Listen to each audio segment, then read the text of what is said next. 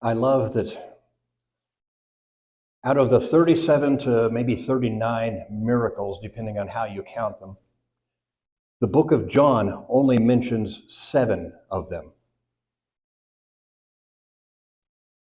Last week we covered the first one. Last week we began in John chapter 2, and we saw Jesus turning ordinary water that is used for ceremonial cleansing, into wine. And not just any wine. This was wine of such good quality that the master of ceremonies is astonished. Remember, John's not interested in telling us what Jesus did. He's trying to tell us about who he was. And John is quick to point out that, these miracles, don't get caught up in what they were. They point to something. They point to a who. It's not about what Jesus did.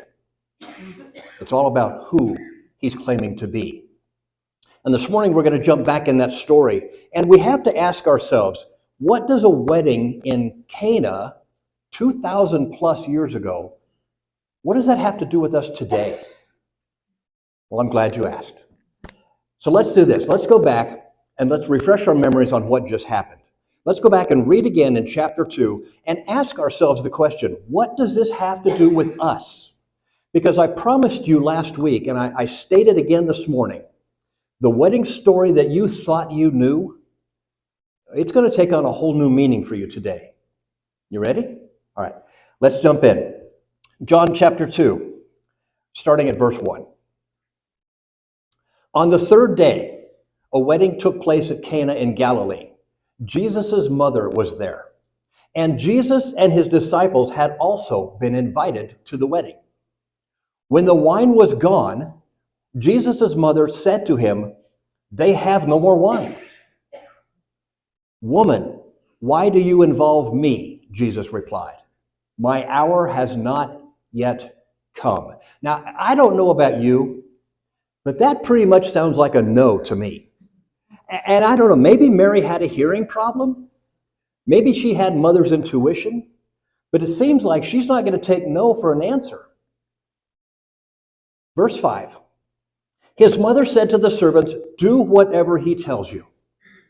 So even after Jesus has said no, she still goes to the servants with, it's like a confidence and an expectation. Do whatever he tells you. She's like, I don't know. I don't know if he's going to do something here or not. I don't know what he might tell you. I don't know if it's even going to make any sense to you. But I do know this. I know who he is. Do whatever he tells you. Nearby stood 6 stone water jars, the kind used by Jews for ceremonial washing, each holding from 20 to 30 gallons. Jesus said to the servants, "Fill the jars with water." So they filled them to the brim. Then he told them, "Now draw some out and take it to the master of the banquet." They did so. And the master of the banquet tasted the water that had been turned into wine. He did not realize where it had come from, though the servants who had drawn the water knew. Then he called the bridegroom aside and said, "Everyone brings out the choice wine first, and then the cheaper wine after the guests have had too much to drink. But you've saved the best till now." What Jesus did here in Cana of Galilee was the first of the signs through which he revealed his glory, and his disciples believed in him. After this, he went down to Capernaum with his mother and brothers and disciples, where they stayed for a few days. So Jesus shows up at this wedding, and it's about to become a disaster. The wedding couple is about to have to tell their guests they don't have enough money to continue the party. It is the ultimate humiliation for a wedding. The parents of the couple they're horrified. The money they saved up was gone, and there's not enough to keep the party going. The plans they'd made for the celebration, they're going to have to be canceled. Their celebration had left them empty. And that's where Jesus shows up. And here's what I want us to take away from this today. I put it on your note sheets.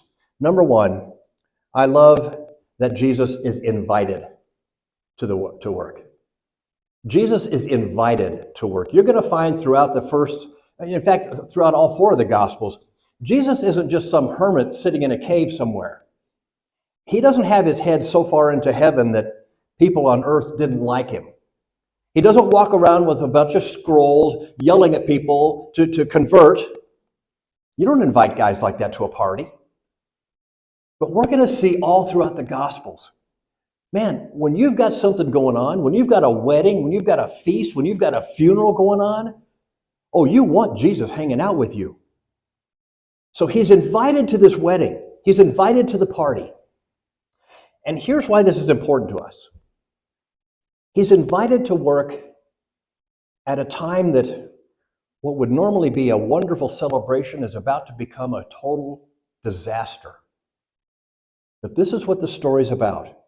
A newly married couple is about to find their source of joy, their source of celebration is gone, and they're about to enter into humiliation and brokenness. But before that happens, Mary invites Jesus into the picture.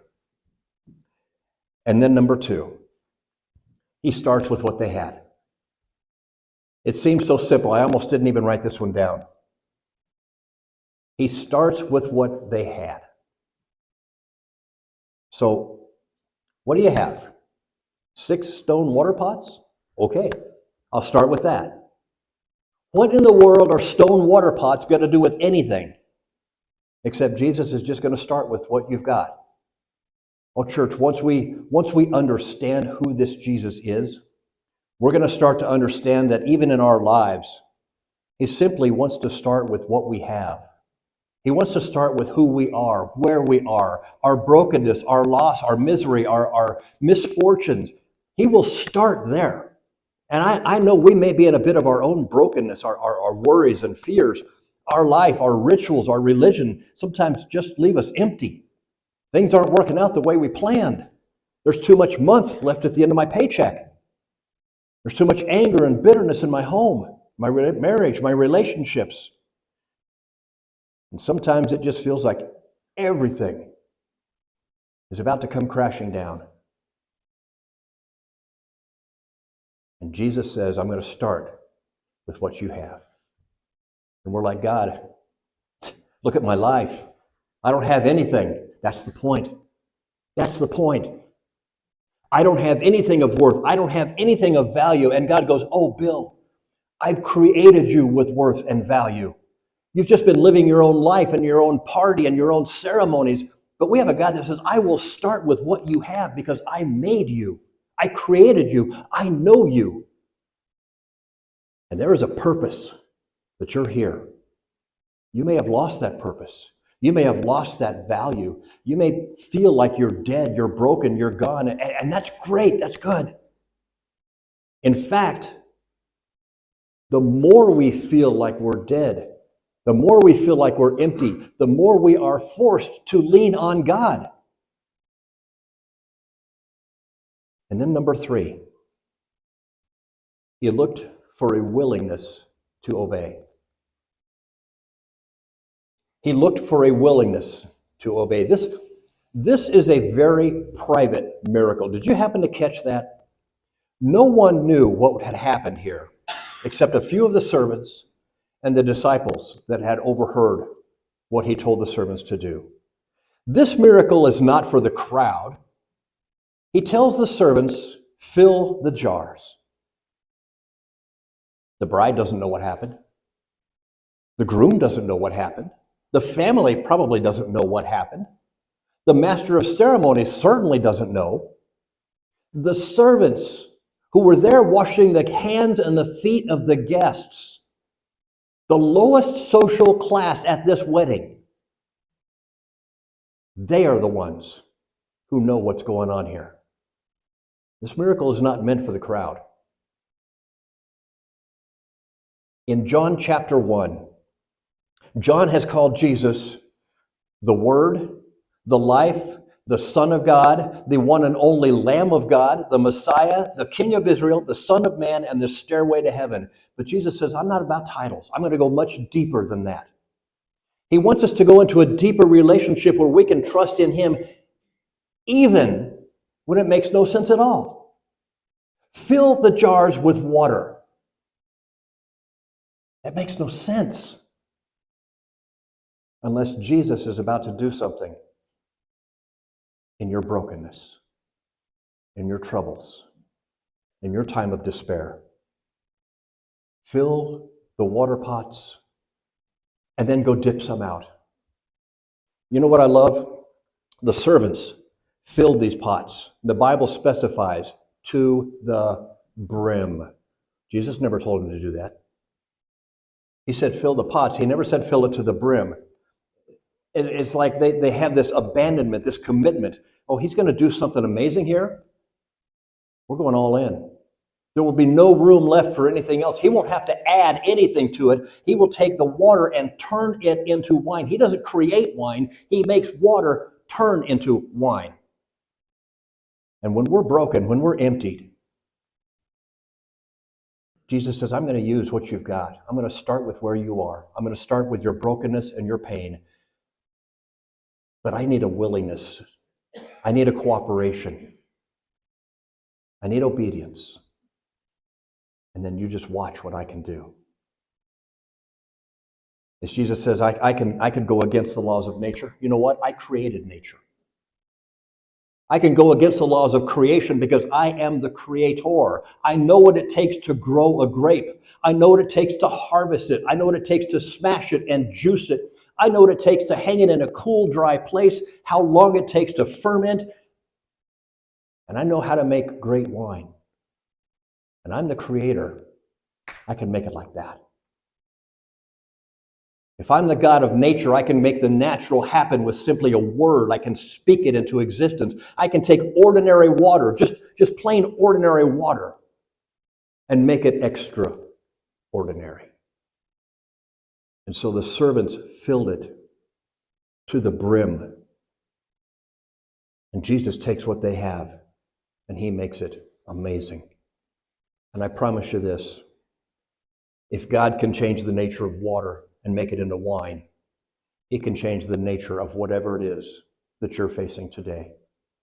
And he can make it exceptional. I don't care how broken, I don't care how depraved, I don't care how lost, I don't care how empty you are. That is where he takes delight. Number 4, he turned religious requirements into blessings and abundance. He turned religious requirements into blessings and abundance. 6 stone water pots. Verse 6 says, 6 stone water jars, the kind used by Jews for ceremonial washing, each holding from 20 to 30 gallons. Now, it's interesting that they are made out of stone, not pottery. Because according to Jewish law, stone pots could not become ritually impure. So therefore, the vessels themselves couldn't interfere with the purification process, according to the Jewish Torah. And it is the job of these servants who are standing around, the lowest social class there. It is their job to make sure these jars stayed pretty full all the time. Because guests were coming and going. And as they came, they needed to become ceremonially clean. The Jewish religion required these traditions, these requirements, designed to make sure that outwardly you are clean. Outwardly, things are okay. But it's just water, probably from a nearby spring or a well.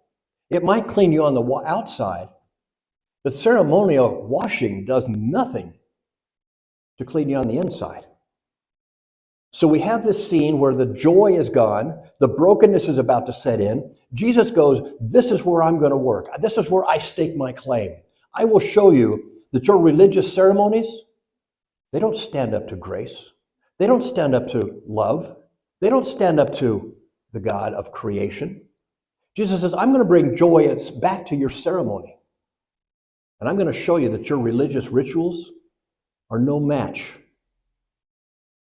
for the blessings and abundance that I can give. Number 5, he turned ordinary into extraordinary. He turns the ordinary into extraordinary. See, wine is used so much in the Jewish culture and the Jewish faith. Wine is a symbol. It's a symbol of celebration and joy. Wine is actually glorified throughout the Bible. Drunkenness is always negated. It's always put down. It's always frowned upon. It's always said to be a sin. But wine itself is a source of joy and celebration. It is abundance. Blessed is the person whose storehouse is filled with wine. Drunkenness is always shown in the Bible that you're no longer being led by the Spirit. You're no longer controlled by the Spirit. You're no longer walking in the Spirit when you're taken over by another spirit, by your spirit. But wine is almost always shown in connection with celebration and joy. And number 6, he turns desperation into celebration. He turns desperation into celebration. When I was a young man, I started a home-based business. And I started doing pretty good at it, but I remember I had this conversation with my dad one time. And I remember he was about to give me one of those famous father-son talks. And I looked up at him and I said, Dad, I know what you're going to tell me. You're worried about me failing. And I remember him saying, no, son, I'm not. I'm not worried about you failing. I'm worried about your success. Failure is good for a man. Failure keeps you humble. Failure gets you out of yourself. Failure makes you depend on God. Failure will force you to lean on Him and less on you. He said, son, I'm not worried about your failures. I'm worried about your success. He said, I've met very few men who can handle success. Success will lead you, will drive you to think you've got it, that you've made it, that you're better than, more gifted. We even have spiritual terms for success. We say, I'm more blessed, I'm more favored. And that couldn't be further from the truth. I will never forget my father telling me, son, I'm worried about your success, because if your life is a success, Jesus is just going to be a guest in your life.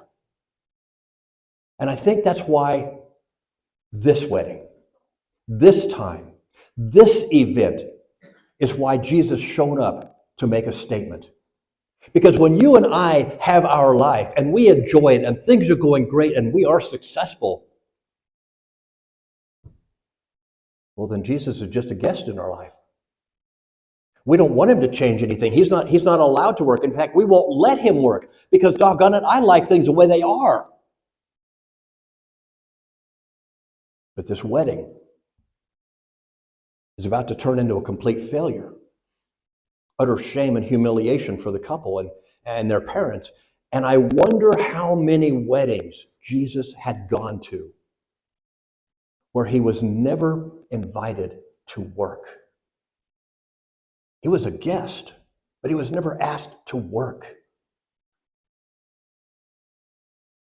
Here, where Jesus works, he steps into that brokenness and that shame, and he transforms that into a celebration and abundance. In this brokenness he stepped into, he starts with what they have. Jesus will take what you have, who you are in your ordinary, and he will add his extraordinary. So back to that question I asked you a few minutes ago. What does this have to do with us? Well, here's the beauty of the story. The human body, depending on your gender and your size, is roughly 60 to maybe 70% water. We are the water pots. And I'd be like, I need to be filled. I'm about to enter down the road to disaster. I'm worried. I'm troubled. And God says, if you'll just step out in obedience, man, I will make something extraordinary. And I'd be like, God, yeah, I know that, but you're going to have to add so much. You're going to have to give me power. You're going to have to give me a platform. You're going to have to give me courage. And God goes, no. I am going to start with where you are. I'm going to start with what you have. I'm going to start with who you are. And I'm going to start simply with you in your situation, because that's how I made you. I made you for a purpose, but you've lost that purpose and you've become ordinary. You keep trying to do your life on your own without me, and you keep running into disaster and emptiness. Your wine has run out and you need to tell your guests it's time to go home. And life has left you with dirty water. Outwardly, you're trying to be clean, but on the inside, there's no joy. Does that sound familiar? I love that his very first miracle, he shows that he is God over nature and creation. It is a miracle of transforming the ordinary, the water, into extraordinary wine. And I love when they bring it to the master of ceremonies. He goes, man, you've saved the best for last. The guy who's in charge of tasting wines, the guy who does this for a living, he takes his wine and he drinks. He's like, are you kidding me? You're different from most. Usually people serve their best stuff first, and then when everybody gets a little buzzed and a little drunk, then they bring out the cheap stuff. He's like, not you. You've saved the best for last. Church, with everything going on in the world, everything that's going on around us, this might sound a little strange, what I'm about to say, but please bear with me for a minute. I truly believe that as Christians, we should have more joy than anyone else. We should have more peace than anyone else. We should have more contentment than anyone else. We should have more celebration than anyone else, more excitement than anyone else, more hope than anyone else. Why, in this day and age, does it seem like so many Christians are walking around defeated and down and depressed? We are getting so filled with self, so filthy in the world with what we're watching and consuming and what we're taking in, what we're reading, what's on the newspapers, what's on TV. Have we forgotten what it means to have faith? Have we forgotten what it means to have a relationship with God, the creator of everything? Have we forgotten that on fire faith that we had when we were new believers? I loved my wife 25 years ago. She swept me off my feet. But I think at that time it was probably some Bambi thumper Twitter-pated kind of a love. I don't know, compared to today, it was nothing. And then 10 years ago, I thought, man, now I really love my wife. Well, guess what? 10 years later, I love her even more. I can't wait for the next decade. You see, the more you work, the more you pour into something, the richer and deeper it should be. Oh, Christian, don't ever, ever let a month go by that you're not closer and closer to Jesus. Don't let that happen. And this is where Jesus crashes the wedding. This is where he says, I have come not just to give you life, but I'm the source of life. I want you to have abundant life. In fact, Matthew 17, 20, 21 says, if you have faith the size of a mustard seed, I'll show you a mountain and you can just tell it to move, and it will. This wedding is a picture of God's abundance. Do you realize if these 6 stone jars held 30 gallons of water each, you know, Jesus just made 180 gallons of wine. That's about 900 bottles of great wine. I don't care how big your wedding party is, you're not running through that. Do you see what he just did? He set this couple up, not just eliminated the embarrassment and the brokenness, not just because they were empty. He set them up for the first year of their life together as man and wife. They've got so much wine now, they're going to be selling the leftovers. People will be going, man, have you tried that stuff the kids are selling down the street? It's Jesus wine, man. That is good stuff. It's left over from their wedding. And as the boxes get down, you know what happens? The price goes up. The last 20 are being auctioned off. Jesus' wine, highest bidder, let's go. He set them up. He took a night that was going to be their greatest humiliation. He took their ordinary, their brokenness, their water that was used for cleansing, ordinary product, stone jars, and he makes it extraordinary. And not just for that night, he set them up. Church, are you willing to do whatever he tells you? This entire wedding story goes back to Jesus' mother. She turned to the servants and she said, just do whatever he tells you. It may not make sense. It might even seem silly to you. It might seem absurd. Just fill it with water and go serve it. Are you willing to obey? Because it is our obedience that's going to show our belief, and it's going to show our faith. Well, yeah, I want God to bless my life. I want God to give me heaven, but I don't want to change the way I live. I got things going for me right now. And Jesus goes, that's not how it works. It's all about obedience. Your wine has run out. You're running on empty. You're about to crash into a wall. Your finances are tanked. Your relationship's going down. Your marriage is broken. It's far from the celebration you once had. Guess what? You're chapter 2. That's you. When Jesus isn't invited to work, he will be nothing more than a guest. When he is invited to work, he will take the brokenness, he will take the discouragement, he will take the empty, the ordinary, and he will say, just watch what I can do. Do we have the faith?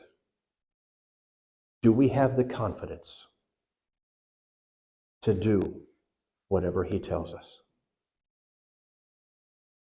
Let's pray.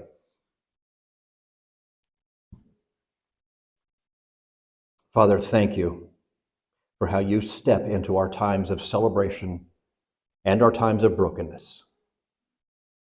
God, may we always remember when we're running on empty, you are with us. You are there ready to fill our cup with something far better than we can imagine.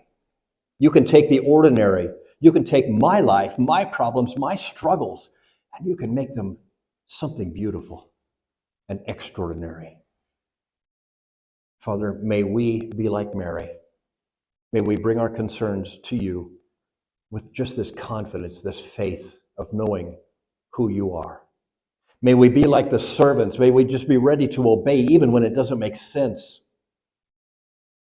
Father, help us to trust in you more, knowing that you've got the perfect timing for everything, knowing that you love us more than we could ever imagine.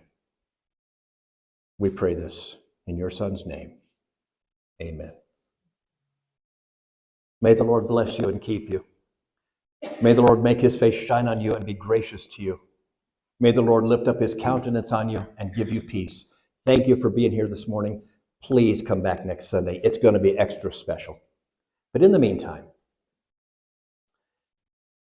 this week, let's take some time to remember just who it is we have a relationship with. God, the creator of everything.